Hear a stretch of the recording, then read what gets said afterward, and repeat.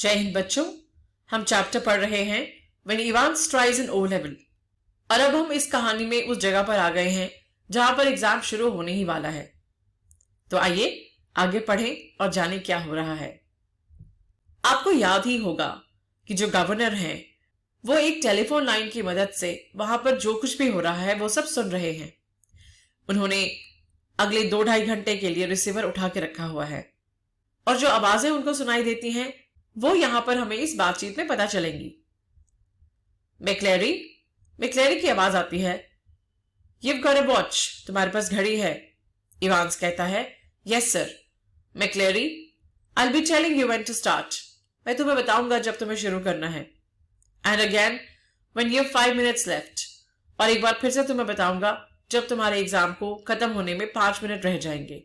Alright, ठीक है। उसके बाद आगे कोई आवाज नहीं आती, साइलेंस। मैक्लेरी फिर कहता है, There's plenty more of this writing paper, should you need it। Writing paper बहुत सारा है, बहुत सारा एक्स्ट्रा पेपर है, अगर तुम्हें जरूरत पड़े तो बता देना। फिर से साइलेंस होता है और इवांस कोई उत्तर नहीं देता। मैक्लेरी फिर कहता है, Now write the name of the paper, अब पेपर का नाम लिख लो। 021-1 in the top left hand corner, top left hand corner में तुम्हें ये कोड लिखना है। फिर साइलेंस, फिर कोई उत्तर नहीं आता। मैक्लेरी फिर कहता है, in the top right hand corner right your index number 313। Top right hand corner में अपना इंडेक्स नंबर लिखिए 313 and in the box just below that right your centre number 271। Right, और वो जो बॉक्स है, वो जो डिब्बा बना हुआ है तुम्हारे पेपर में, उसमें अपना सेंटर नंबर लिखो 271। ठीक है। तो ऐसे करके वो इवांस को निर्देश देता है कि कैसे कैसे उसे सेंटर नंबर और कोर्स नंबर वगैरह लिखना है। इवांस की कोई आवाज नहीं आती। 9:20 हो चुके हैं। मैक्लेरी कहता है, I am now going to, अब मैं, तो वो कहने ही वाला होता है कि इवांस की आवाज सुनाई देती है। इवांस कहता है, He's not gonna stay here, is he? ये यहां पे रुकने वाला तो नहीं है। McLeary, I don't know about that, मैं इसके बारे में कुछ नहीं जानता। वहां पे स्टीवंस है जो कहता है, mister Jackson given me strict instructions to, mister Jackson ने मुझे काफी सख्त हिदायत दी है। Evans, how am I suppose to concentrate on my exam with someone breathing down my neck? Christ, sorry sir, I didn't mean. अब मैं अपने एग्जाम पे कॉन्सेंट्रेट कैसे करूं, मैं अपने एग्जाम पे ध्यान कैसे दूं जबकि तुम मेरे इतने पास खड़े हो? समवन ब्रीदिंग डाउन माई नेक का मतलब है बहुत ही ज्यादा पास खड़े होना, इतने पास खड़े होना जैसे कि उसकी सांस की आवाज भी आपको आ रही हो।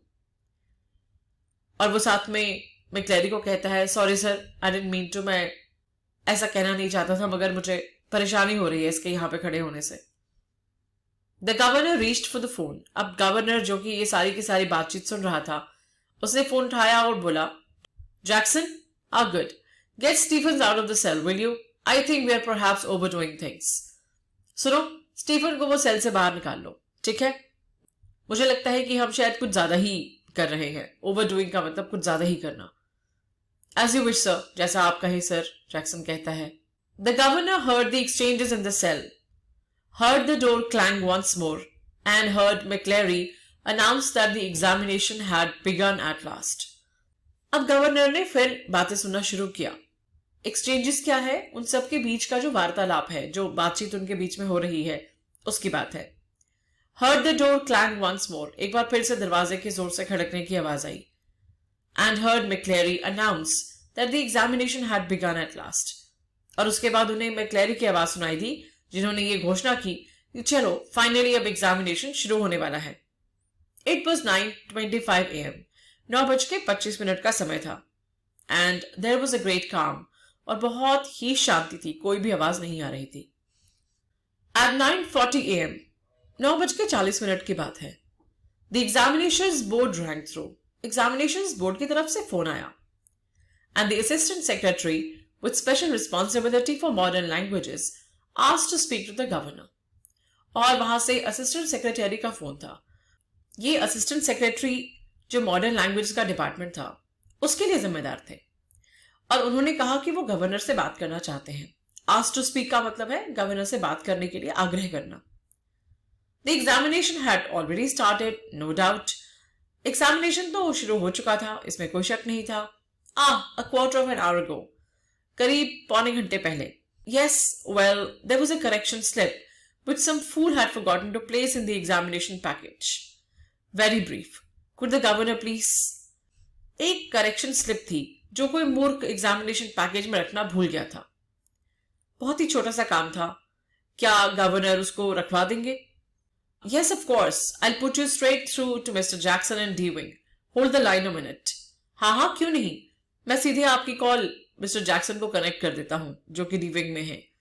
1 मिनट के लिए लाइन को होल्ड करना। Was this the sort of thing the governor had feared? क्या ये ऐसा कुछ था जिसका डर गवर्नर को था? Feared का मतलब डर होना। Was the phone call a fake?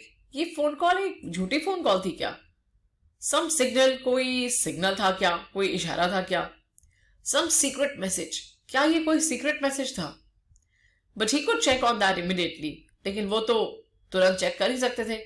He dialed the number of the examination board. उन्होंने एग्जामिनेशन बोर्ड का नंबर डायल किया। But heard only the staccato bleeps of a line engaged. But then the line was engaged, wasn't it? Yes, not very intelligent that. और उसके बाद उन्हें line के engage होने की आवाज आई। और जाहिर है लाइन तो एंगेज थी ही, क्योंकि एग्जामिनेशन बोर्ड से उनके पास फोन आया हुआ था। तो ये ज्यादा समझदारी वाली चीज तो नहीं निकली। लेकिन 2 minutes later he heard some whispered communications in the cell and then McCleary's broad Scots voice. 2 minute के बाद उन्हें कुछ फुसफुसाने की आवाज आई सेल में। उसके बाद मैक्लेरी की आवाज आई। उनकी भाषा में एक स्कॉटिश एक्सेंट था, यानी कि स्कॉटिश भाषा की एक हल्की सी झलक थी। तो उसी के साथ उनकी आवाज आई, Will you please stop writing a while, Mr. Evans, and listen carefully. Mister Evans, क्या आप प्लीज थोड़ा सा लिखना रोकेंगे और थोड़ा ध्यान से सुन लेंगे। Candidates offering German 021-1 should note the following correction.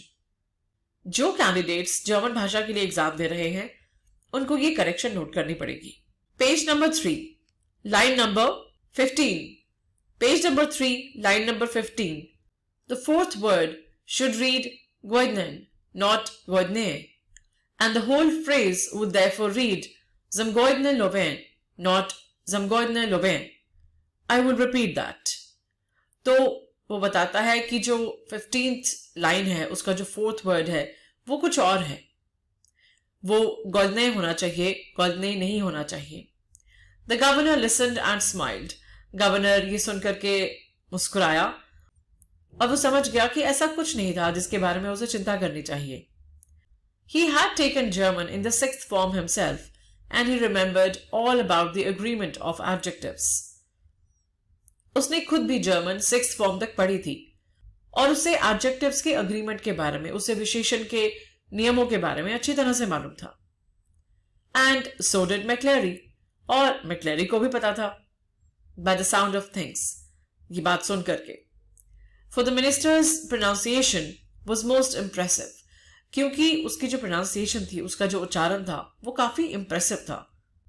But what about Evans, लेकिन इवांस के बारे में क्या? He probably didn't know what an adjective was.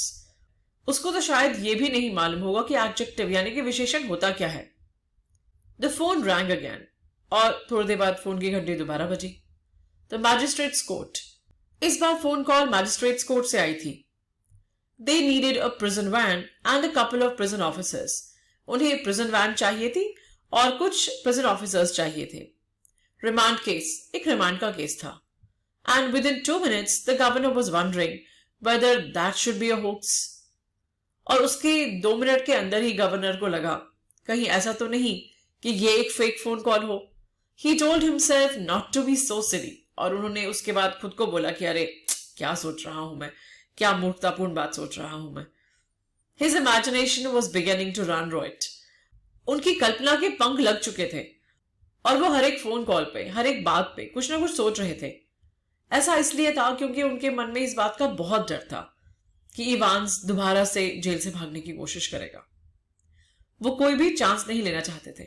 Evans, और ये सब इवांस की वजह से था। For the first quarter of an hour, Stephens had dutifully peered through the peephole at intervals of 1 minute or so. अब पहले क्वार्टर ऑफ एन आवर यानी कि पहले 45 मिनट तक स्टीफन्स पूरे ईमानदारी से, पूरी जिम्मेदारी से उस पीप होल में से हर 1 मिनट के बाद देख रहा था, झांक रहा था, ये देखने के लिए कि सब कुछ ठीक से चल रहा है। And after that every 2 minutes, और उसके बाद हर 2 मिनट के बाद देख रहा था। एट 10:45 AM, 10:45 पे, everything was still all right as he looked through the peephole once more. सब कुछ ठीक लग रहा था जैसे ही उसने पीप होल में से देखना शुरू किया। It took 4 to 5 seconds, no more. उसको अंदर झांकने में और देखने में और स्थिति को समझने में 4 से 5 सेकेंड्स ही लगते थे, इससे ज्यादा नहीं। What was the point? इसका क्या फायदा था? It was always more or less the same. हर बार उसको एक ही चीज दिखाई देती थी।